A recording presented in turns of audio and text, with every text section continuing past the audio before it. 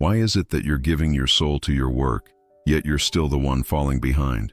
You're putting in 12 grueling hours while others breeze through 6 and take all the rewards. It's a bitter injustice to watch your massive effort translate into nothing but a stagnant life and empty pockets. You are being outpaced not by talent, but by a secret you haven't been told yet.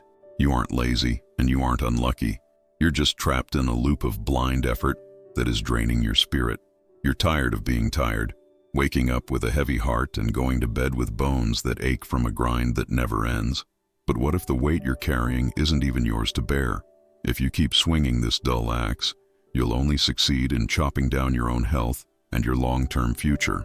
Burnout isn't a badge of honor. It's a warning sign that your strategy is fundamentally broken. Today, that cycle of sacrifice ends because hard work without a system is just a slow, painful form of failure. I'm going to show you the one realization that separates the human mules from the masters of their own destiny. This insight will save you from a lifetime of wasted sweat and finally put the power back in your hands. But before I reveal the system that changes everything, you need to hear the story of a man who almost lost his soul to a pile of stones that weren't his, and how his collapse became the key to a life of effortless power. If sweating buckets was the secret to a fortune, the folks scrubbing palace floors would own the place. Most people spend their lives grinding away, believing that sheer physical endurance is the only way to get ahead. They're waking up before the sun and dragging their feet home in the dark, yet their lives remain in ruins. It's a bitter pill to swallow when a person's massive effort doesn't translate into a better, wealthier life. This isn't just bad luck. It's the servant's paradox. It's an exhausting loop where you trade every ounce of energy for a paycheck that barely covers the bills, running a race on a treadmill while the world moves past you at a much faster pace. The harder you push, the more it seems the universe decides to push right back against your weary soul. But let's cut through the noise. The world doesn't pay for your pain. It pays for the specific value created. If you use a dull axe to chop down a forest, you end up with blisters and very little wood. You've been taught to value the struggle, but you haven't been taught how to stop carrying the heavy stones of a system designed to keep you exhausted.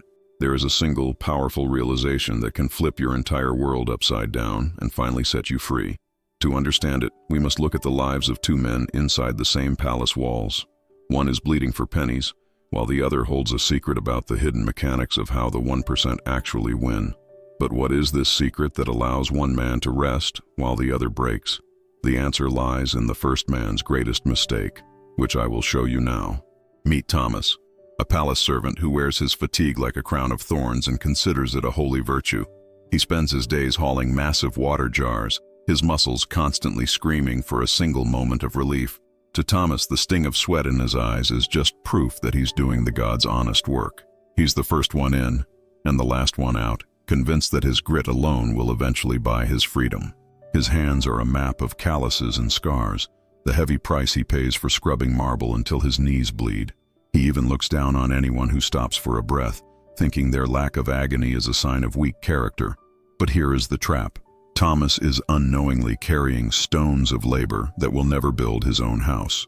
He believes that if he just pushes a little harder, the universe will finally have no choice but to reward him.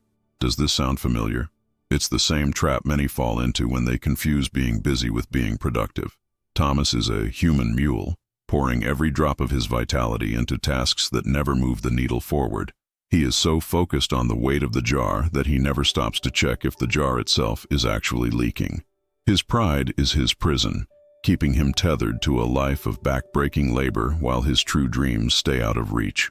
He scoffs at the idea of strategy, thinking it's just a fancy word for laziness. But as the sun sets on another grueling day, he remains a servant with empty pockets and a broken body. He doesn't realize that his iron willpower is actually the very thing blinding him to a much easier path. What if I told you there's a hidden reason why some people work 10 times less but achieve 10 times more? There is another man in the palace who is about to shatter every belief Thomas holds dear, and his method is something you can start using tonight. Then there's Richard, the master's steward, who moves through the palace like he's gliding on smooth silk. While Thomas is red-faced and gasping for air, Richard is usually found leaning over a table of complex maps.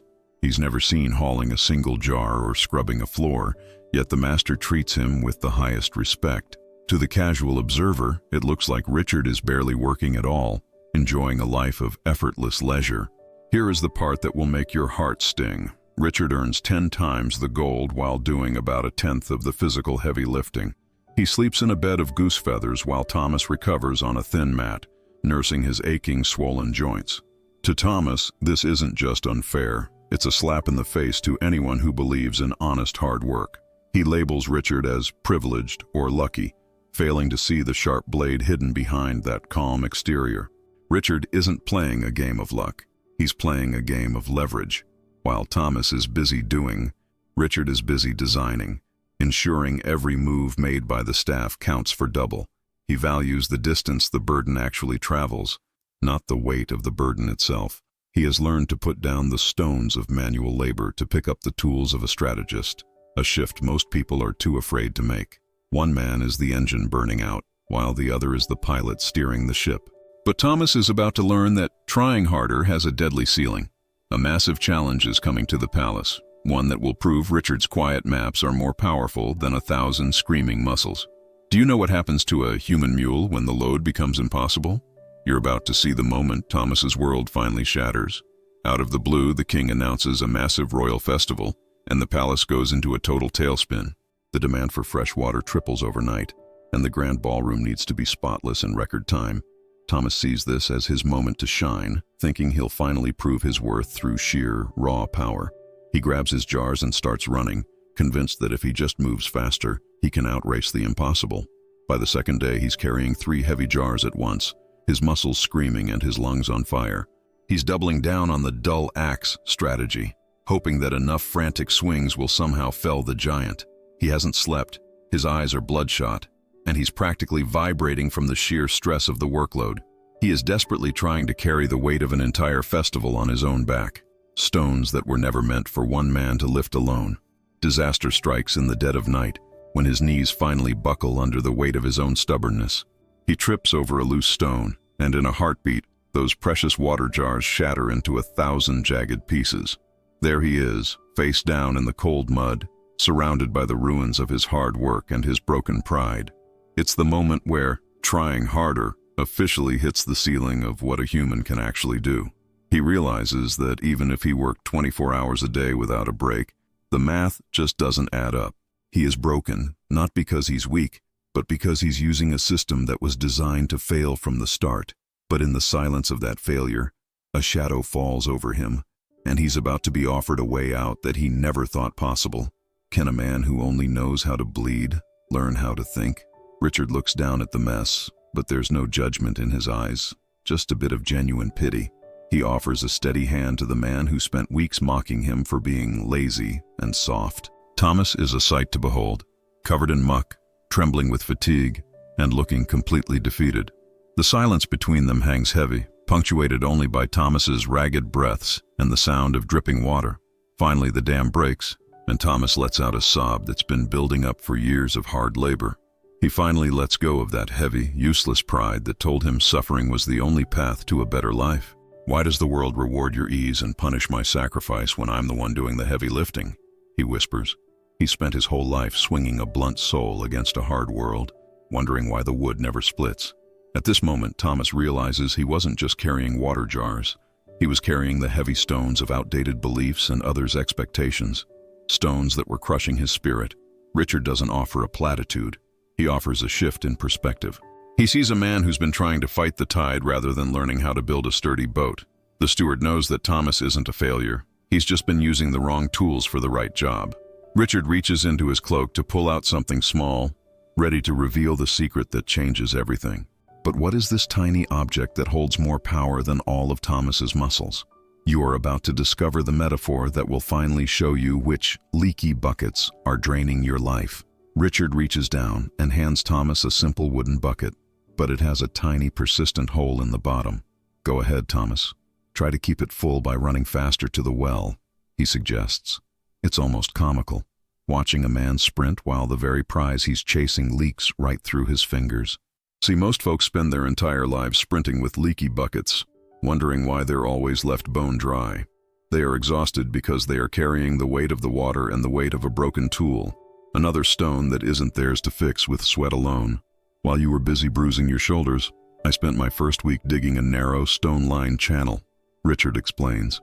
He didn't waste energy fighting the water. He just gave it a path so it could move itself to the palace. By using a simple pulley to lift the heavy loads, he let gravity do the grunt work for him. This is the secret. It's the difference between being the engine that burns out and being the architect who decides where the power flows. A blunt soul tries to force the world to bend through stubborn willpower and grunting, but a sharp mind, it adjusts the system so the world moves on its own accord. If your axe is dull, you'll spend all day hacking at a tree that a sharp blade would fell in minutes. Thomas looks at his blood-stained hands and finally realizes he's been fighting a war he couldn't win. He's been a slave to the how, while Richard has been the master of the why. But here is what Richard didn't say out loud yet. A channel is useless if you don't know which stones to move out of the way first. Most people try to build systems on top of emotional clutter, and that is why they fail. I'm about to show you the 3 specific laws of leverage that Richard shared with Thomas. Laws that will tell you exactly which buckets to drop today so you can start building your own channel tomorrow. See, Richard explains that the first law is building a channel, a system that runs while you're sound asleep. Most folks are so busy hauling water they never stop to lay a single brick for an irrigation pipe. If you've got to be there for every drop to move, you haven't built a business or a life, you've just built a prison. A true master automates the mundane, letting a well-oiled process do the heavy lifting. But you can't build a channel if your hands are still full of stones that don't belong to you. Next up is the art of high-value mastery. Thomas used to scrub every corner, but the master only cared if the grand hall shone like a diamond. It's about finding that critical 20% of effort that yields 80% of the gold and ignoring the rest. Why waste your life on busy work when you could be dominating the tasks that truly command respect? Then there's the secret of strategic rest. You can't sharpen a blade while you're frantically hacking away at a thick, stubborn trunk of oak. A soul-crushed mind is a blunt tool, incapable of seeing the clever shortcuts that save years of toil. Stepping back isn't quitting. It's a tactical pause to ensure your next strike is precise and lethal. These are the iron laws that separate the rulers from the ruled. The 1% don't have more hours. They just have better pulleys and gears in their mental toolkit. Thomas felt the weight of his ignorance lift, replaced by a cold, sharp clarity. But knowledge without action is just another burden. Thomas was ready to test these laws, but first, he had to face the most difficult part, saying no to the old ways of suffering. Do you know what happens when a servant suddenly starts acting like a master? The palace's reaction was something Thomas never expected. Thomas didn't just head back to his jars. He took a long, hard look at the entire palace operation. Instead of grabbing a sponge, he grabbed a piece of charcoal and started mapping out the floor plan. He realized that his grind was actually a form of blindness, preventing him from seeing the bottlenecks that kept him enslaved. It was time to stop acting like a human mule and start thinking like a general on a battlefield. He gathered the younger servants, those who were just as exhausted and directionless as he used to be. Instead of everyone doing everything at once, he created a specialized assembly line. By breaking the massive job into small, repeatable steps, the group's speed doubled without anyone breaking a sweat. He wasn't just working alongside them anymore. He was orchestrating the rhythm of the entire palace. Then he got creative. He found a way to mix wood ash with fats to create a powerful cleaning soap. It dissolved grime in minutes that used to take hours of agonizing scrubbing. He had found a sharper axe in a bucket of suds, proving that a little strategy beats a lot of raw muscle. By midday, Thomas was standing back with his arms crossed, watching the system hum like a well-tuned engine. He felt a bit guilty at first. It's funny how we're trained to feel bad when we aren't actively suffering, but the results were undeniable. The floors were gleaming, and his hands weren't bleeding. He'd officially stepped off the servant's treadmill, but there was one final test. What would the master say when he saw a servant who wasn't sweating? The reaction of the world to your newfound efficiency is the final hurdle you must cross, and it's exactly what separates the lucky from the truly powerful. When the next festival arrived, the palace didn't just look clean, it gleamed like a polished diamond in the sun. Thomas was found leaning against a cool marble pillar by noon, watching the systems he built do the heavy lifting. It's almost comical how much faster things move when you stop fighting the world and start using its own laws. He had achieved a level of perfection that 1,000 bleeding hands could never have managed through grit alone. The master walked through the halls, his eyes wide with genuine shock. He didn't see a broken, exhausted servant this time. He saw a leader who had mastered the art of the sharp axe. Thomas was promoted to overseer on the spot, handed a set of silver keys and a much heavier purse of gold. The world finally moved to reward his impact rather than his agony, just as it always does for those who think. The math of his new life was staggering. 40% more output produced with 60% less physical pain. He had successfully traded his human mule status for a position of strategic power, no longer soul-crushed by the weight of jars that weren't even his to carry in the first place. He looked at the few servants still grinding away the old way and felt a deep, quiet pang of recognition. They were still swinging those dull blades, proud of their sweat but completely blind to their own stagnation. Thomas realized that his true wealth wasn't the gold, but the hours of life he had reclaimed for himself. But how do you cross that bridge when the world is constantly shouting at you to do more, be more, and carry more? Most people fail because they try to change their results without changing the stones they value. There is one final barrier between you and the freedom Thomas found, and it's a barrier I will help you shatter in just a moment. Are you selling your soul to a blunt tool today? Hard work is surely a requirement, but without a system, it often becomes a slow form of professional suicide. There is no lasting glory in being the one who works the longest if your results remain stubbornly stagnant. The world simply doesn't pay for the depth of your exhaustion. It pays for the impact you leave behind.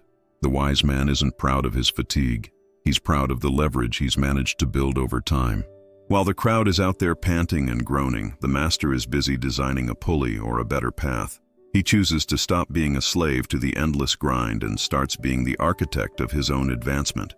But you cannot build a new life while your hands are still white-knuckled, gripping the stones of old burdens and the expectations of others. It's time to look at your daily routine and identify the leaky bucket that's been wasting your precious vitality. Perhaps it's a repetitive task that needs a system or a heavy load that could be lightened by delegation. True growth starts the second you begin to value your impact more than you value your own suffering. But identifying the problem is only the first step. Most people see the leaky bucket, but they don't know how to drop it without feeling the crushing weight of guilt. They don't know how to distinguish their own stones from the ones the world forced them to carry. In a moment, I'm going to show you the exact bridge that will take you from being a human mule to a master of your time, a bridge that thousands are already crossing to reclaim their peace. Thomas didn't just find a better way to clean floors. He found a way to reclaim his soul from a grind that was killing him. But the truth is, most people never find that channel. They die with the most sweat on their brow and the least to show for it because they were too busy carrying stones that weren't theirs to move. Many of the stories you hear here aren't just stories. They are mirrors. They reflect the invisible weight you may be carrying every day. The weight of expectations, the guilt of resting, and the blind effort that drains your spirit. You've been told that suffering is a badge of honor, but burnout is actually a sign that your strategy is broken. If you're tired of holding pain, responsibility, and guilt that were never yours, it's time to stop swinging the dull blade and finally decide to sharpen your life. You deserve to move from the servant's paradox to the master's leverage. That is why I created the ebook, The Weight of Stones That Are Not Yours. This isn't just a book, it's the stone-lined channel for your life. It was designed for those who want to finally let go, set boundaries, and live with the lightness that Richard enjoyed while others broke. When you get your copy today, I'm also including 2 essential guides to ensure you never pick up those heavy jars again. Bonus 1, Learning to Let Go, the exact pulley system for your mind to release old burdens. Bonus 2, When Saying No is an Act of Self-Love, the ultimate tool to protect your strategic rest and sharpen your blade. Don't be the person who works the hardest for a prize that isn't coming. True growth starts the second you value your impact more than your suffering. The link to claim your freedom is in the description and in the pinned comment. Click it now, put down the stones that aren't yours, and start building your channel today.